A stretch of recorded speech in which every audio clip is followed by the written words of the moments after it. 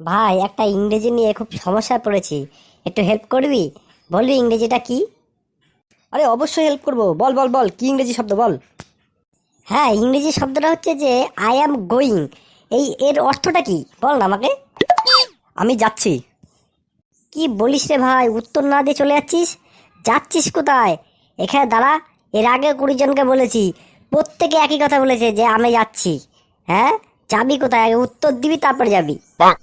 আরে মূর্খ, I am going মানেই হচ্ছে আমি যাচ্ছি। আমি এখান থেকে যাচ্ছি না।